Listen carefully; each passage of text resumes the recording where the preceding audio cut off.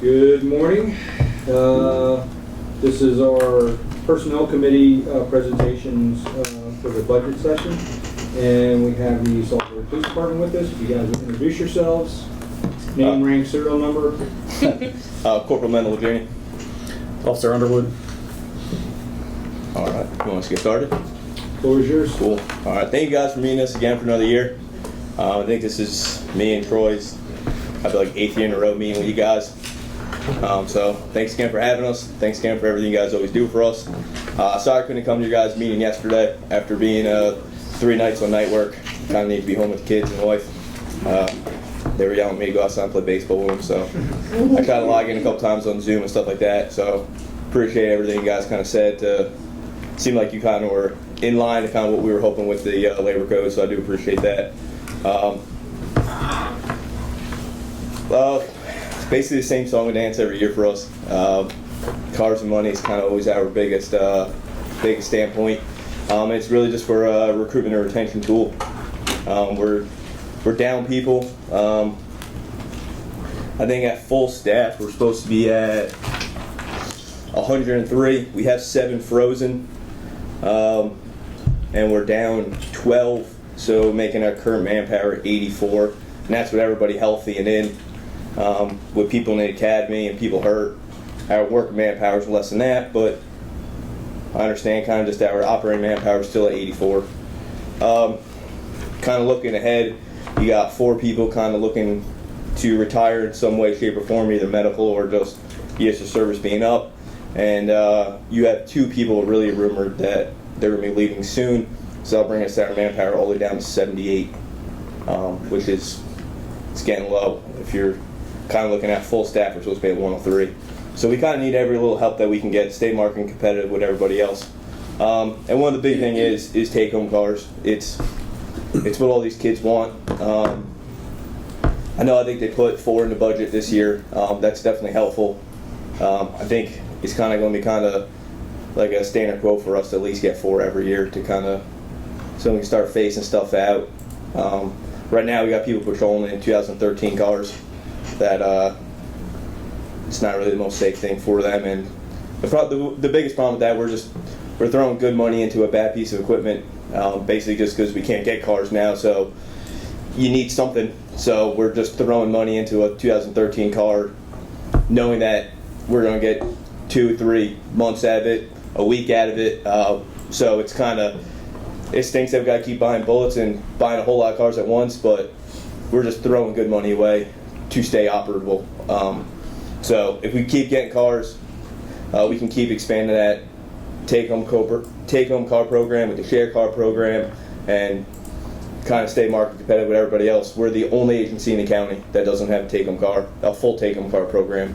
And that's really people's selling point. We lost that one lateral to Wacomico County not too long ago, and they sold him on a Tahoe. It was like looking neck and neck, and the sheriff's office told him, we'll give you a brand new Tahoe, and he said, sold. I'll go there. So it's definitely huge within the market. And then the other kind of biggest thing is just our starting pay. Our starting pay is not really market competitive right now at all. I did see the mayor's proposed budget. It was really close to my proposed budget. I could pass it around, kind of what we kind of did propose. And we basically... So you got several. Yeah, I got several. I'll pass them out. Hopefully I made enough copies. I came in early to make more copies. I still don't think I made enough. So basically, I saw what the mayor's office did. They basically took steps 1 through 4 away, and we started step 5. Our proposal was basically take steps 1 through 5 away and start at step 6.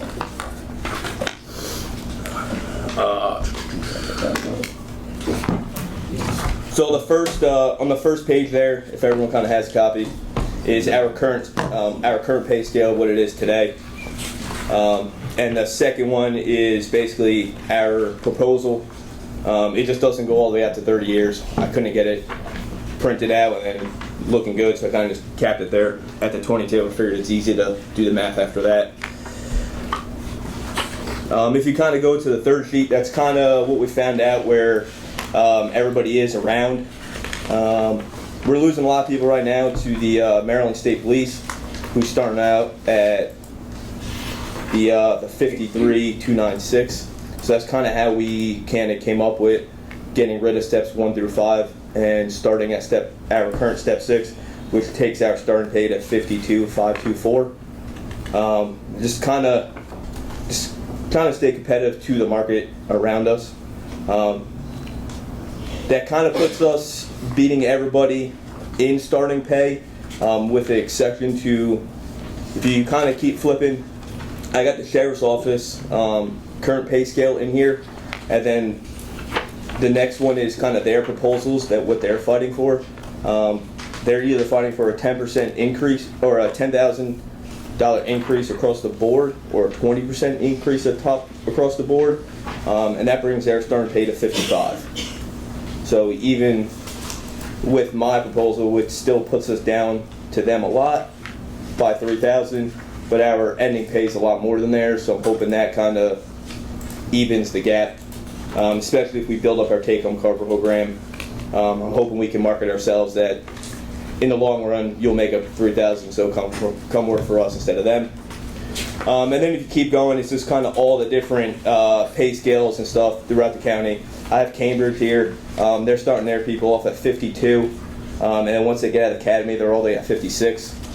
The next one, I think that's Cambridge again. Oh, the next one's Easton. They're starting at 57,960, and then when they graduate, they're on at 58,829. Then after that, I have Talbot.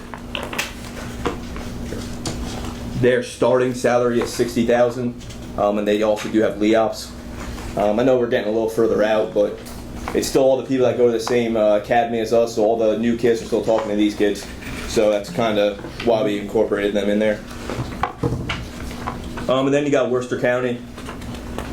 I don't know why we keep losing people to them. Their pay is significantly under ours, but yet they are the person that we lose people. We can fill an entire squad of our officers that have went to Worcester County. The only thing I can think of is the take-home car and a whole lot less work. Other than that, I have no idea, because they take a significant pay cut to go there. I don't know. And the next one's Ocean City. There's just so many different ones, just because this is just printed off their collective bargaining agreement. So I just print off the whole thing, kind of say it kind of just shows that in their collective bargaining agreement every year their salary kind of changes a little bit. It's the second page is their one that they have now. They're gonna be starting off, I think, at 50, and they're basically competitive with us with our, if we go to these new pay scales. I just think the mayor proposal is great. I just think that one extra little bump will definitely help. I think 52 on paper to people looks a lot better. You're looking, easy math, $1,000 a week we can pay somebody. I think that's kind of big in people's mind, just that nice easy number. Can I ask a question? Yeah, you guys can ask all the questions you want. If you had two choices of the top two things, what would they be? Pay and take home cars. It's just, I think that's kind of going to fix. There's so many things that people want to do in the agency, and it's all manpower related. If we can build manpower, it kind of fixes all the, like you guys are doing so many other, all the small things are being done. We're keeping up with technology now more than we have before. We're going to different guns with new equipment. We're going to newer uniforms that are more comfortable for the guys. We were the first to have air carriers. We have a lax tattoo policy that other people don't really have. We have a beard policy so all the little things are being done. It's just the two big things to get us up. Now the take-home cars. Why is that the two things? I just want to know. I mean, I'm just asking because I need to know. It seems like the generation now, that's all they care about. They will look pretty. Like I said, that one kid from Worcester County that went to Wecompton County, they had the two officers next to him, and it was a take-home car why he went to the sheriff's office. It's just so important to these. Like when me and Troy started, take-home car wasn't a thing. We live I lived 10, 15 minutes from the police department. It was never, and especially where I'm from in New York, no one ever had take-home cars unless you work for the state police. So what I was expecting you to say was, it was because if they were called for an emergency or something, that would be the reason. That's our reason to. That's kind of what I explained last time of what I think the benefit is for the city and the agency. You just more cars out in the street. So even if I'm off and I go to Walmart, hopefully I'm deterring crime. There's no statistic to show that. More cars just down your roadway, so hopefully it stops people speeding. Stopping speeding slows people down, saves lives. Again, no quantitative data that we ever can prove that. If there's an emergency, then people can get right into work. I don't have to have people show up to the police department. They can go right on scene. That's why we have a big push and have all our TAC members have take-home cars. So if a big emergency goes, they can just go right to the scene. They have all the equipment with them. As a recruitment tool, though, the kids are not looking at those. The city should be looking at those benefits on why we need them. As a recruitment tool, a 22-year-old kid, I would be lying to you if I told you a 22-year-old kid thinks, cool, in an emergency I can come into work, or cool, I have a bigger overall presence in the city and I'm going to deter crime by going to the gym in my police car. That's not what the kid is looking at as a recruitment tool. That is something that we should be looking as the adults and looking at the bigger picture as why we can also sell it. But I can't sell that to a 22-year-old kid looking at going from A to B.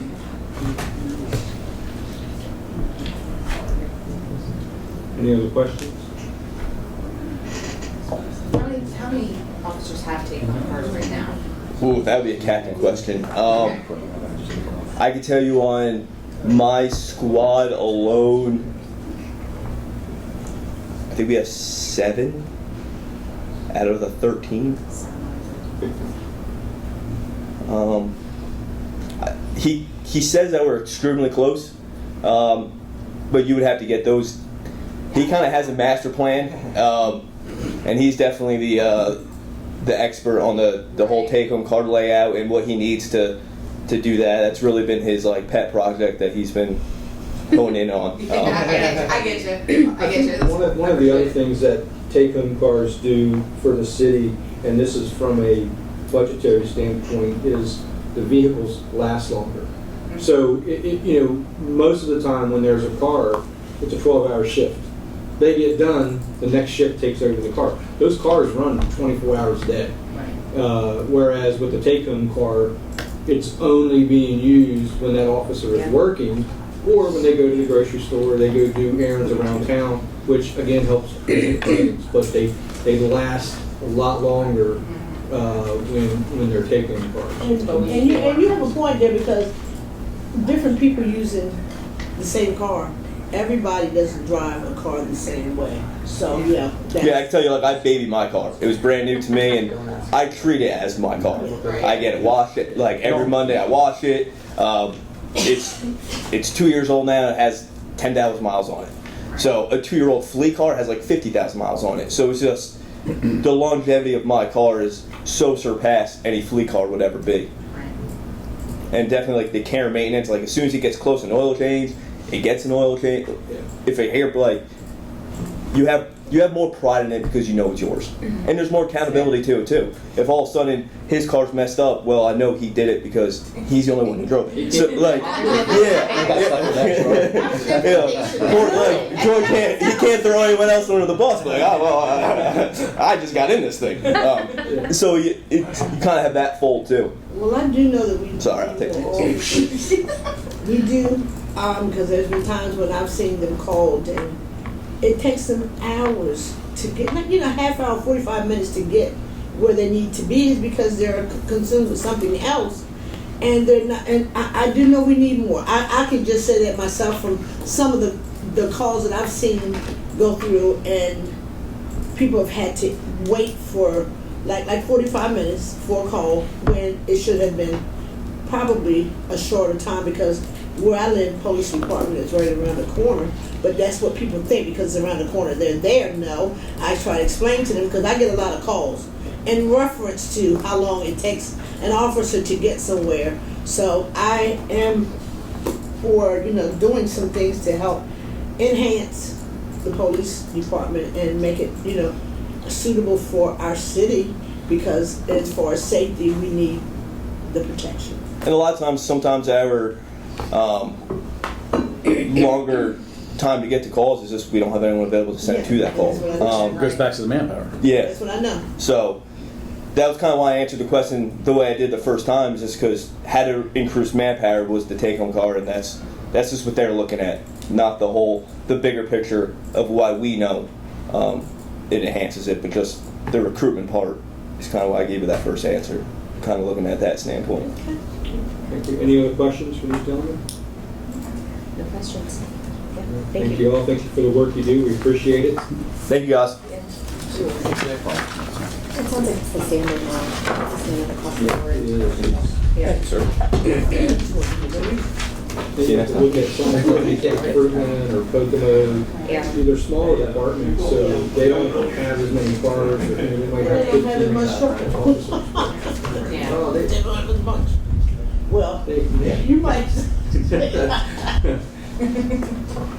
Trouble everywhere. Well, it's the amount. Next up is the fire department. I missed that Ali said part. that. Is that- About I just heard it say there was 4 in the budget. Yeah, we typically release those. We did 10 last year in FY23. This They're is- still yeah, waiting for 4. those to come in. Yeah, I Expect remember, growth. I remember there was some. And we added 2 more CID vehicles this fall, forever or this to year, get cars, too. current year, and then a 4 more.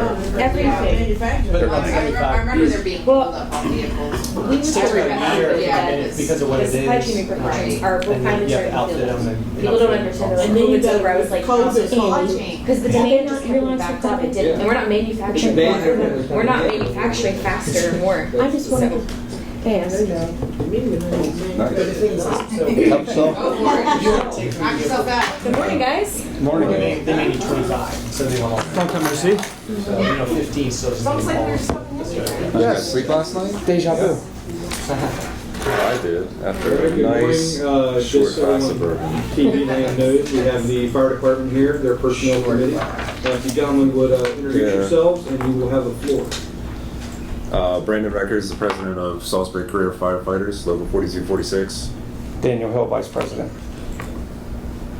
All right, you have the floor. Well, I think usually we come in here, ready to, argue a point, but from what I gather, kind of secondhand,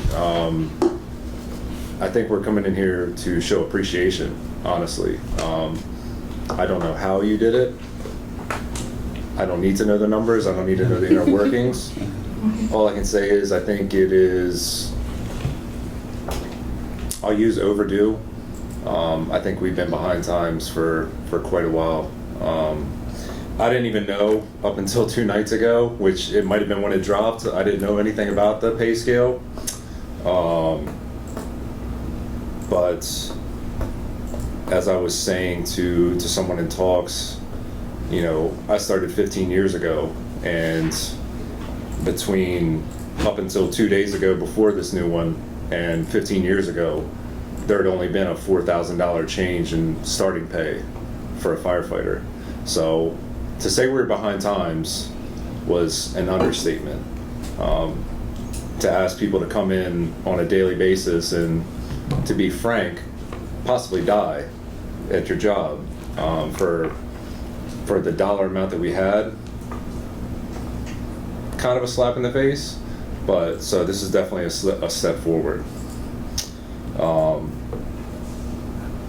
I don't know, quite honestly, if you guys want to go over some of the rest of the budget, what is, we've kind of gotten secondhand, info. I think there's been a lot more talks than we even know about as far as what's in the budget for the fire department. So if you guys can go down the line items or talk some talking points.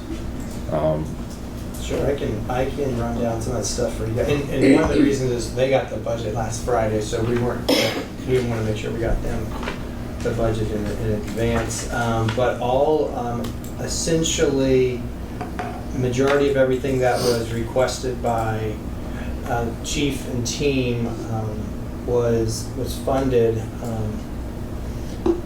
So that was the new pay scale implementation. Essentially, what was proposed was funded. We had to make the grant match safer employees whole. There's increased trainings in schools, computer services, some consulting fees, medical uniform allowances, repairs and maintenance. Two more vehicles are in the budget. And then, hazmat supplies, equipment supplies, rescue supplies, turnout gear, all this stuff that was requested was there. Liability for the firefighter insurance, additions and travel. And when you look at it, it's like everything. Okay. The only thing that wasn't funded, new firefighter paramedic positions that was requested as an expansion, that was not funded. What is currently continuing is the 4th ambulance, so that was funded in the OT budget. This year, the 2 items in CIP that were not funded were the 2 engines. Yeah. We did the rescue truck's in, but the engines are not in. We've got some opportunities that we're exploring to see if we can get some additional community support for those. And the marine electronic upgrades is in there. Portable radio replacement, count of 25, that's in there. And I think we've hit everything that's on that list. Now, this is contingent on the revenue projections. Yeah. That we include too, so. But we'll talk more about that this afternoon. Yeah. I think, in a nutshell, like I said, besides being behind in times, bringing this new pay scale, it does a lot of things. Of course, it recruits more people, it opens up, it makes us more competitive, but like I've kind of harped on the whole time, you've got all these numbers, and from what I understand, we're bringing the tenured people to almost all, except for maybe a few, to the exact year step that they're supposed to be at, which, it ratifies a lot of ongoing issues, a lot of disgruntlements, and it makes it, in 2023 it may not make things completely easy to pay the bills, but it makes it easier. It takes that a little bit of a burden off of a lot of people's shoulders. I remember the stories from my father, even talking about my grandfather, the jokingly, my grandmother would be waiting at the door with his change of clothes and uniform so he could come from the fire department to go to, his second, third jobs, and I watched my dad do it, I do it. So while I'm probably not going to stop it because I have ADHD and I just can't sit still, it takes a little bit of that burden off of having to do it to provide. So all I can say is thank you. Finally, thank you. Any questions or comments from council? He's appreciative, they're appreciative, so. Yeah. We're glad that they are. And I think for us, it's a huge selling point to the masses. 'Cause it's like a conversation you and I had, Andy. We got the inclination very early on that we had a changing of the guard that presented personnel who were committed to moving in a positive direction to benefit the people. And it's exciting to go down this road, in the future with you guys with open minds to be able to try to continue. I mean, we all know that this obviously is not where it needs to be to combat the inflation rate and area departments, but it is a huge step in the right direction. We've made it clear we don't want to bankrupt the city, but I mean, this is definitely a big step for us. And anybody who complains beyond this point just maybe not be able to see the bigger picture. So yeah, I mean, it's to reverberate it, thank you. We appreciate you all. Certainly will. We appreciate you all too. Brandon, send your best to your father, or he's in our prayers. Yes, He's definitely. fighting a tough battle. It is. We're thinking of Yeah. it. And let everybody else know at the departments that we appreciate them. And we all have open communication. All of us are always available, so. Just literally reminded me, the only thing I'll bring up, randomly saw it about a week or two ago. I'd like to have us look into, I know Stanley Steamer is probably the one that I know actually does it for residential. I'm sure they do it for commercial. I was randomly taking off the vents from the HVAC system and cleaning them. They were caked in dust and all kinds of stuff. I know that cannot be good for people to breathe in your own home, but our vents and stuff were caked in them. So if we can look into possibly doing something like that in the future. It should be covered by the maintenance agreement. Okay.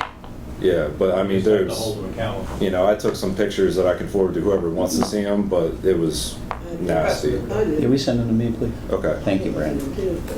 Yeah. Thank you, gentlemen. Yeah, Appreciate it. absolutely. Thank you, guys. Yes. Keep it easy. Thank you. Save you guys. We'll get you guys back ahead of schedule, maybe. Thank you. Have a good day. All right, thank you. Thank you. Thank you.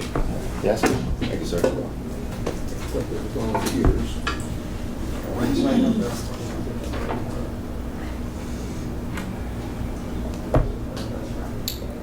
mean it doesn't hear yet? It's 9:10. A few minutes. Take a breather. Yeah. You want a bagel? Have Get a a sip. bagel? Yeah, coffee, donut. I might get some coffee, but I just can't do it. You can't do it? I'm stuffed. And I didn't even, I mean, and it really wasn't really a lot of food. It wasn't a lot, but no, yeah, that's a lot, that's a lot. Other chair, please. Hey. Here. Either one. How are you? Good about you? I'm good. Good. We have the Volunteers. Personnel Committee from the volunteers for the fire department. Introduce yourself, sir, and you have the floor. Okay. My name's Lee Smith. I'm the Deputy Chief of the Volunteer Services for the Salisbury Fire Department.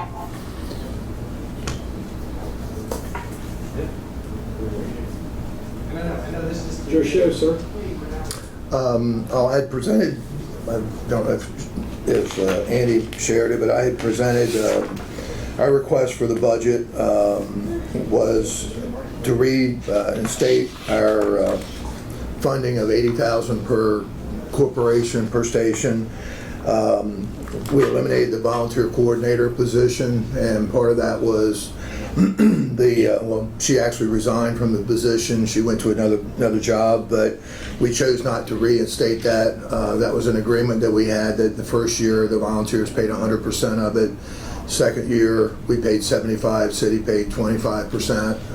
Third year 50%, 50%. That's as far as we got. She was here for 3 years. So we were pulling money from the volunteer funds to offset her salary and benefits and things. So now that position's not in effect any longer, that we would request that our funding go back to the $80,000 that we were originally at least that anyway. We asked for ballistic vests to be considered. I know that when I talked to Andy, he was saying that that had been pushed off to FY 2025 next year. I have, heartache over that for not just volunteers, but for the whole department. 2 months ago, we had a state police officer in Vienna, Mardella, Vienna, whatever you want to call it, that was shot at point blank range, and he had 5 bruises. His ballistic vest did his job. Instead of having a funeral for a police officer, he was carried to the hospital with bruises because the ballistic vest did its job. I have concerns. I mean, we just had a shooting Saturday night up by Pizza City. From my understanding, it is gang related. Nobody wants to hear gangs, but I understand it was gang related. And as a first responder, our career personnel that just left the room, our paramedics, our firefighters, whoever gets on the scene, if we're trying to save Tom that's been shot and they want Tom dead, then we're the next person in line that is rendering care. I've been on scenes myself in that situation where you've had a shooting. stabbing, you don't know where the person, the bad person is. And no mixed gear that we wear for fire protection is not bulletproof, not stab proof. And so I'm thinking that a year down the road, I hope it doesn't happen, but a year down the road is a long time. 12 months is a long time for personal safety. You know, we try to do our best in keeping up to date with the latest in fire protection as far as new turnout gear, new breathing apparatus, new protective clothing in general. And now we are possibly jeopardizing career and volunteer personnel by not giving them the protection at dangerous situations. Could I ask the question? Just, How much are the vests? I think that Chief Tall put it in his budget. I think they were like $44,000. Each vest? No, Or for the for department. how many? Probably 120, 125 vests. That would be, like I say, vests are like turnout gear. We have individuals that are different sizes. We have somebody that wears a 36 coat. We have some that wear a 50 coat. Vests are the same way. It's not a one size fits all. We can't put two vests on a medic unit and expect it to fit everybody that rides that medic unit. Or we can't put four on a fire truck and expect it to fit everybody that's working A, B, C, and D shift. They had to be fitted. You know, they come in sizes, small, large, extra large, double X, triple X, whatever. And it would require us to get everyone fitted for it. And it would be up to the department, Chief Tall, Chief Scott, myself, Chief Varsky, to write a policy that when you're working, when you're on duty 24 hours a day, you're going to wear it, because you're not going to have time necessarily when you get a call for a shooting or a stabbing at 2 o'clock in the morning that you're going to get out of your bed and put a vest on. You're going to jump on the fire truck, you're going to jump on the ambulance. So we're going to have to write some type of policy that is going to have to be worn when you're Can I ask a question? Lee? Certainly. When I was on the department, we used to get on anything involving a shooting or a stabbing, you were put on hold to go to the scene until the site was cleared by the police. Correct. Is that still in effect? Still in effect. I was covering for Chief Varsky probably a year ago. We haven't been, I know I'm going to be subpoenaed to go to court, but I haven't been to court yet. Over in Parkwood Apartment, or Parkside Apartment, Parkwood Apartments, the ones on Emory Court. And I was, I staged, I saw police cars, you know, coming in like crazy. When I get there, the gentleman had been shot 7 times, and being an EMT, I was the first arriving medical person, so I started rendering care for him before the paramedic unit got there and the engine and all.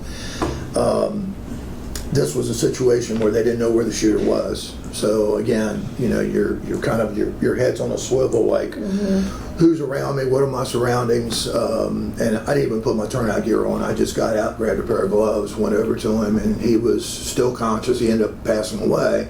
But he had been shot 7 times, neck, you know, chest, everything. And it was intentionally that the person wanted him deceased, you know.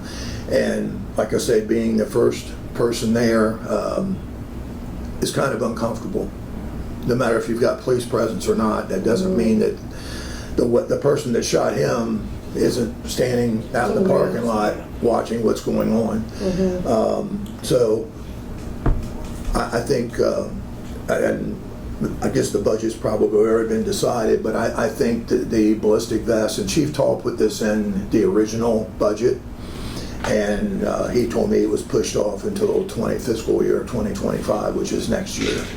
I just am concerned over the next 14 months, 15 months of something happening, and then we go back and say, well, what if? And like I say, I'm not speaking about this from a career perspective, I mean, volunteer perspective. I'm talking about department-wide. Our career staff is just as important as our volunteer staff is, and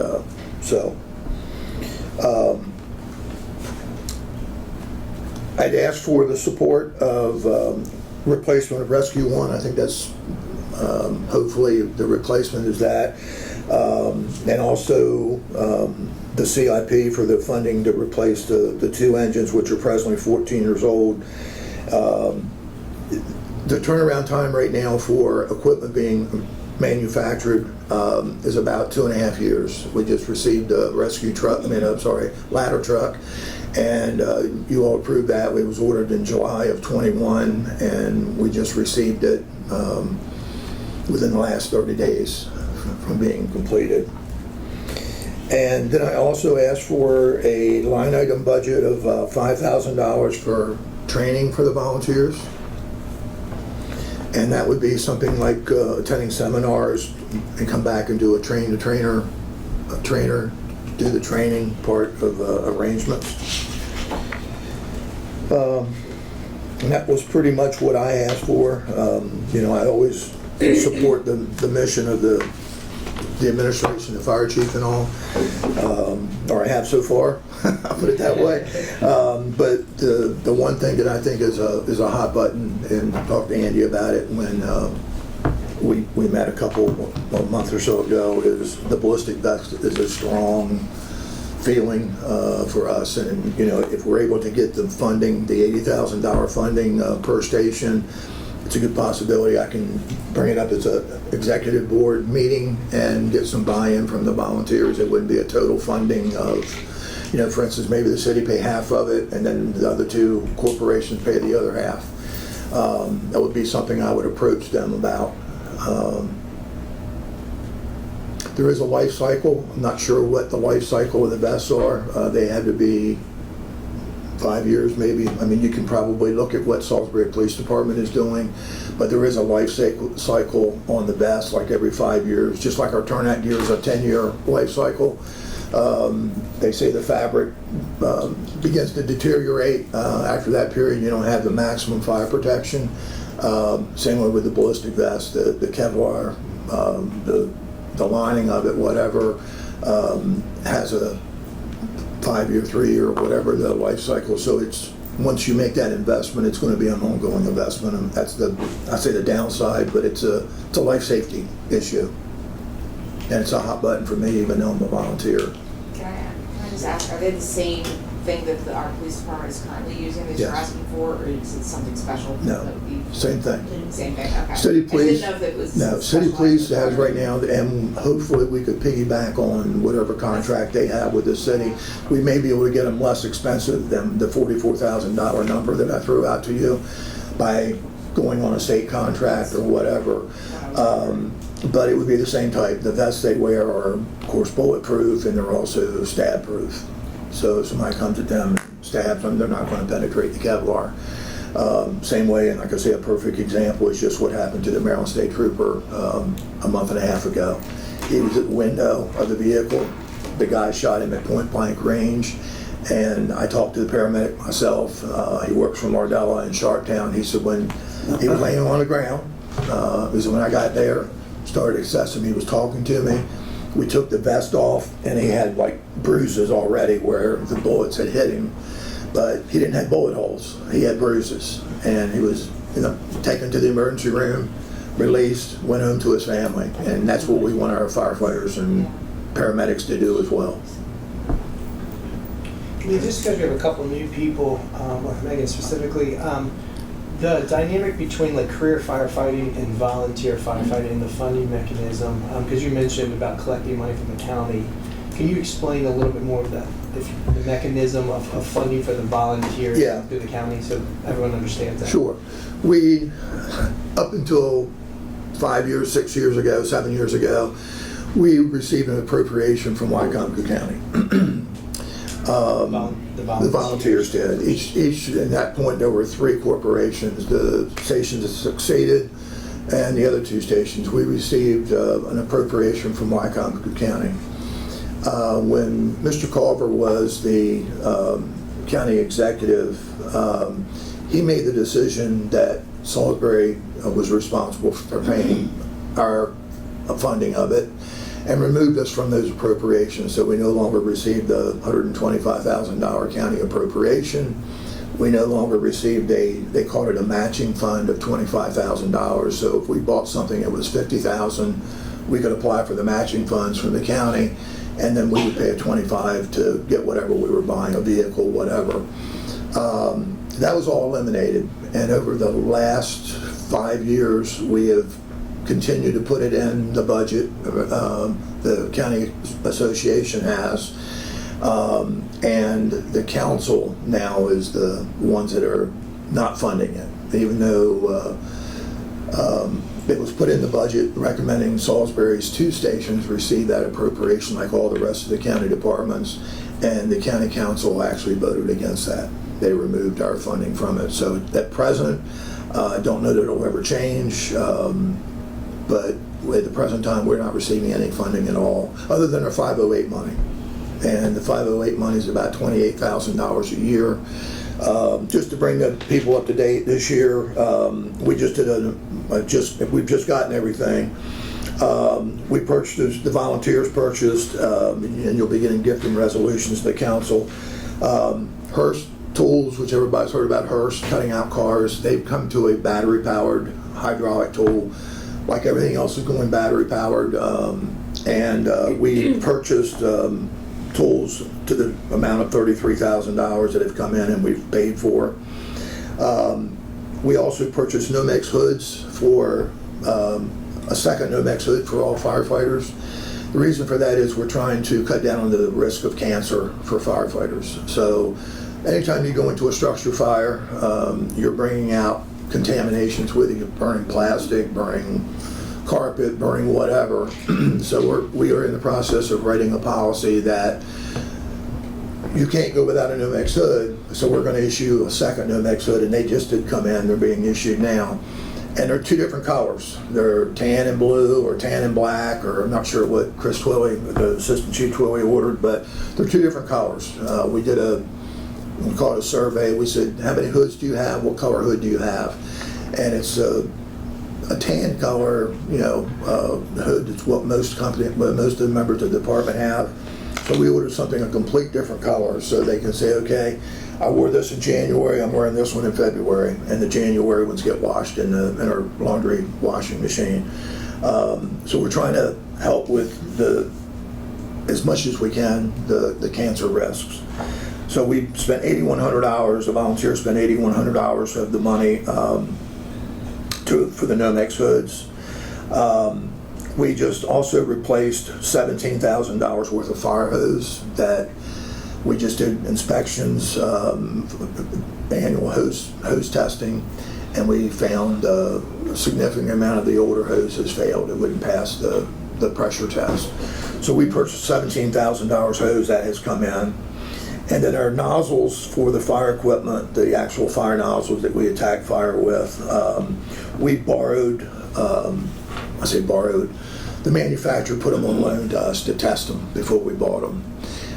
Our nozzles dated back to 2005 in most cases, so a lot has changed in firefighting in the last 18 years. So we purchased $22,000 worth of nozzles, and that was department-wide again. It just wasn't one piece of apparatus. So that's how we use our money, and that's coming from amount of money that we previously had as county fund money, and also the 508 money. So we try to be good stewards of our money, both corporations. And then right now we're in the process of, we have a committee together. We're updating the gym equipment at headquarters building that's utilized by volunteers, career. I think even some city employees go over there and use it.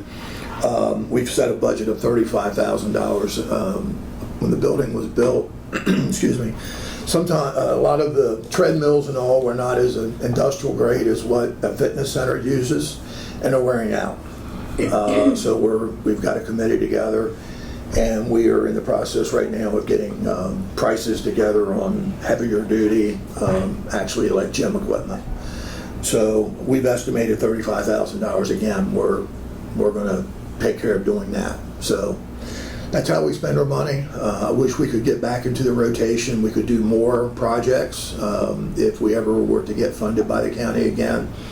I don't know why the council's so much against us. They fund the other 12 fire companies, but it is what it is. I mean, I don't know how to change that. The previous county administrator or acting county administrator put Salisbury in the budget every year. When it got to the council level, they deducted that. our funding. They still funded, actually last year, they bought an ambulance for every volunteer fire company in the county with COVID money. Hebron bought another one, paid for another one, but they got 2 brand new ambulances. So when you start looking at the amount of money that they're throwing out to, and I'm not faulting volunteer fire companies, they work hard for what they do. We don't have to pay electricity, we don't have to pay insurance, we don't have to pay fuel for vehicles, we don't have to do a lot of things. But I still think when we run Salisbury runs 80% of the calls in the county, I think that we should be recognized for what we do. Here, here. Yes. So, any questions? Any other questions? No? All right, Lee, thank you. Thank you. Appreciate it. Here's the hard copy. This is other business, but the hard copy of what I emailed over to you for the. Okay. We're Thank thinking you. similar things. Andy, can you email Yeah. us? please? You emailed this to us? I can. Okay. Yep. When we account for like over Thank you. 30% of their Any questions, call me. population, you think we can get You're welcome. some support? Thank you, Lee. See you. See you later. Thank you. We're not just Got a serving couple minutes before Salisbury, 9:30. we're Okay, yeah. serving Well, if we all want to take a 10-minute break, potty break, and coffee.